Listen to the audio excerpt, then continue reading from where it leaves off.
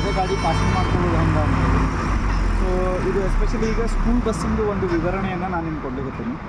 So ನಮ್ಮದು K63 passing school bus ಬರ್ತದೆ. So ಈ ಸ್ಕೂಲ್ ಬಸ್ಸನ್ನು ರಿನ್ಯೂವಲ್ ಮಾಡಬೇಕು, ಅಂದ್ರೆ ಟೈಮ್ ಟು ಟೈಮ್ ರಿನ್ಯೂವಲ್ ಮಾಡಬೇಕು, ಪ್ಲಸ್ ಮತ್ತು ಟ್ಯಾಕ್ಸ್ ಎಲ್ಲ ಕಟ್ಟಬೇಕು. ಸೊ ಟ್ಯಾಕ್ಸ್ ಕಟ್ಟಲಿಕ್ಕೆ ನಿಮ್ಗೆ ಈ ರೀತಿ ಆನ್ಲೈನ್ ಒಳಗೂ ಕಟ್ಬೋದು, ಪರಿವಾಹನ್ ಸೇವಾದೊಳಗೆ. ಸೊ ನಮ್ಮದು 1 ವರ್ಷ ನಾನು 2 ವರ್ಷ ಕಟ್ಟಿದ್ದಿಲ್ಲ, ಹೀಗಾಗಿ 19,000 ಟ್ಯಾಕ್ಸ್ ಬಂದಿದೆ. ಸೊ ಅದನ್ನು ಟ್ಯಾಕ್ಸ್ ಕಟ್ಕೋಬೋದು.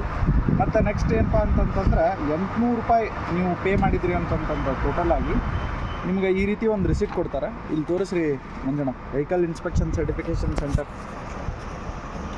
ಸೊ ಈ ರೀತಿ ಒಂದು ವೆಹಿಕಲ್ ಇನ್ಸ್ಪೆಕ್ಷನ್ ಸರ್ಟಿಫಿಕೇಟ್ ಸೆಂಟರ್ ಅಂತ ಇರ್ತದೆ.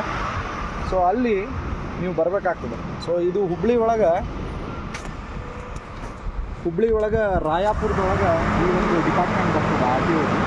ಸೊ ಇಲ್ಲಿ ನಮಗೆ ಗಾಡಿ ಡಾಕ್ಯುಮೆಂಟ್ಸ್ ಏನೇನು ಇರಬೇಕಪ್ಪ ಅಂತಂತಂದ್ರೆ, ಫಸ್ಟ್ ಆಫ್ ಆಲು ನಮಗೆ ಗೌರ್ಮೆಂಟ್ ಆಫ್ ಕರ್ನಾಟಕದ ಒಂದು ಫಾರ್ಮ್ ಬರ್ತದೆ, ಫಾರ್ಮ್ ನಂಬರ್ ಇದಕ್ಕೆ ಪಾಸಿಂಗಿಗೆ. ಸೊ ಪಾಸಿಂಗಿಗೆ ಈ ರೀತಿ ಒಂದು ಸಣ್ಣ ಫಾರ್ಮ್ ಬರ್ತದೆ, ಇದನ್ನು ಹಚ್ಕೋಬೇಕು. ಆಮೇಲೆ RC ಹಚ್ಕೊಂಡಿರಬೇಕು, ಇನ್ಶೂರೆನ್ಸು ಚಾಲ್ತಿ ಒಳಗಿರಬೇಕು. ಆಮೇಲೆ ಇನ್ಸ್ಟಾಲೇಷನ್ ಸರ್ಟಿಫಿಕೇಟ್, ಏನು ಇದ್ರದ್ದು ಇನ್ಸ್ಟಾಲೇಷನ್ ಸರ್ಟಿಫಿಕೇಟ್ ಬರ್ತದೆ, ಯಾವುದು ಸ್ಪೀಡ್ ಗವರ್ನರ್, ಅದ್ರದ್ದು installation certificate, emission testing.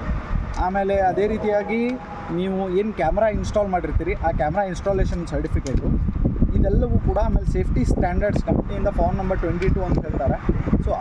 So ಇದೆಲ್ಲವನ್ನು ಕೂಡ ನೀವು ಇಟ್ಕೊಂಡು ಒಂದು ಸೆಟ್ ನೀವು ರೆಡಿ ಮಾಡಿಕೊಂಡು, ಸೊ ಆಮೇಲೆ ಟ್ಯಾಕ್ಸ್ ಫಸ್ಟ್ ನೀವು ಏನೇ ಮಾಡ್ಬೇಕಂದ್ರೂ ಸುತ್ತ 1 ಲಕ್ಷ ಇಟ್ಕೊಂಡ್ರಿ. ಟ್ಯಾಕ್ಸ್ ಅಪ್ ಟು ಡೇಟ್ ಇರಬೇಕು.